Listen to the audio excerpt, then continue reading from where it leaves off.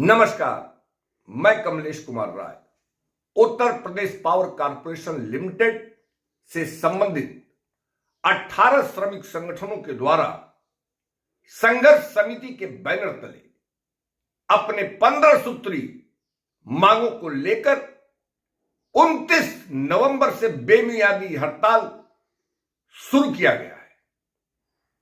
संघर्ष समिति के द्वारा इस अपने हड़ताल के दौरान जनरेशन ट्रांसमिशन से लेकर डिस्ट्रीब्यूशन तक में पालियों में काम करने वाले, शिफ्ट में काम करने वाले अधिकारियों और कर्मचारियों को इस आंदोलन से अलग रखा गया है। इस निर्णय के पीछे क्या कोई सरकार का खौफ है, यह समझना महत्वपूर्ण होगा।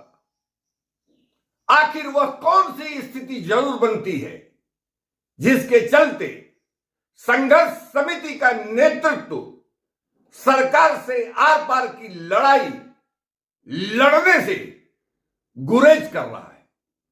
और यही वजह है कि कई चक्र की वार्ता संघर्ष समिति और सरकार के नुमाइंदों के बीच होने के बावजूद अभी तक संघर्ष समिति का हाथ खाली है।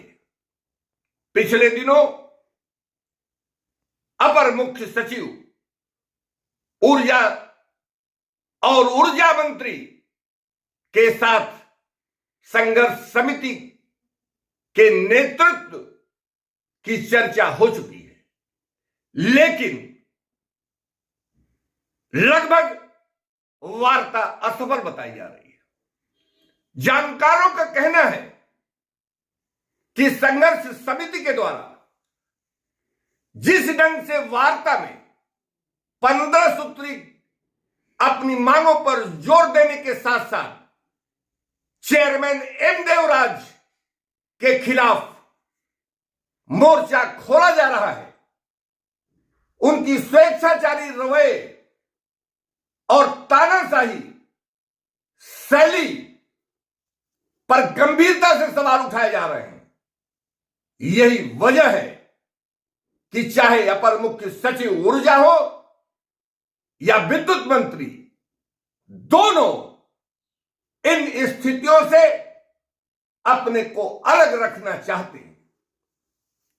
सभी जानते हैं कि चेयरमैन एम देवराज प्रतिनियुक्ति पर, केंद्र की प्रतिनियुक्ति पर उन्हें जाने के लिए कहा गया है, लेकिन मुख्यमंत्री योगी के उनके भरोसे का नतीजा है कि चेयरमैन को विभाग में रखा गया है, उन्हें प्रतिनियुक्ति पर जाने के लिए रिलीव नहीं किया जा रहा है। और यही वजह है कि चाहे वह ऊर्जा मंत्री हो या सरकार का कोई और नुमाइंदा एम देवराज के बारे में कुछ सुनना या उनके खिलाफ कोई आगे बढ़कर करने की स्थिति में नहीं दिखता। हालांकि 29 नवंबर को जिस ढंग से संघर्ष समिति का आंदोलन शुरू हुआ, शाम 5 बजे से मशाल जुलूस निकाले गए, उससे निश्चित रूप से एक मजबूत संख्या बल उनके साथ खड़ी है, यह देखने को जरूर मिल रहा है। हालांकि प्रदेश के मुख्य अभियंता जहां एक तरफ अपने को इस आंदोलन से दूर रखे हुए हैं, वहीं कुछ अधीक्षण अभियंताओं को छोड़ दिया जाए तो ज्यादातर इस आंदोलन में शरीक नहीं हो रहे हैं।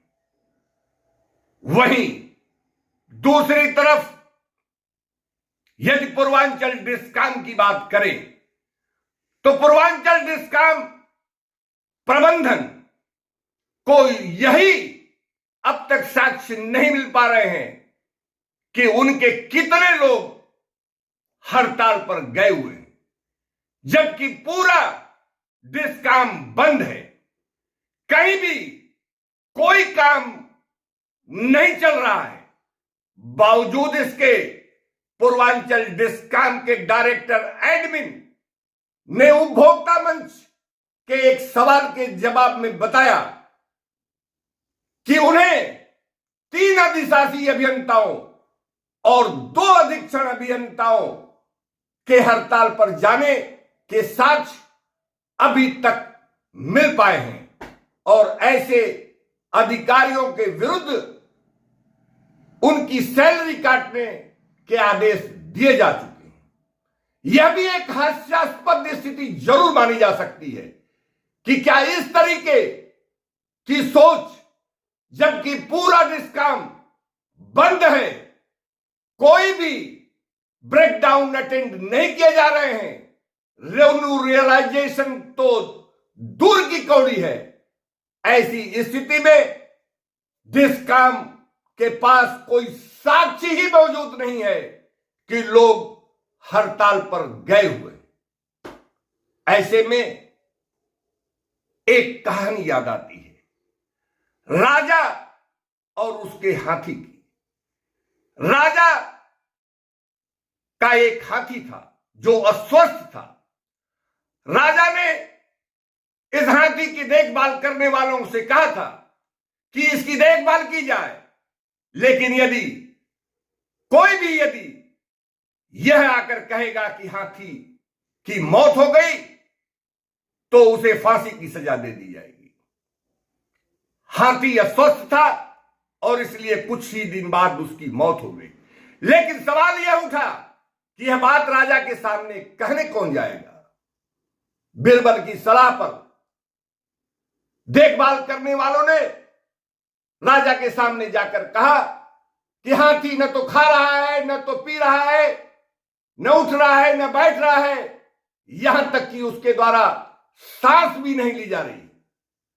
तो राजा ने कहा कि क्या हाथी मर गया? देखभाल करने वालों ने कहा कि सरकार यह आप कह सकते हैं, हम नहीं कह सकते। कुछ इसी तरीके की स्थिति यूपीपीसीएल में भी देखने को मिल रही है।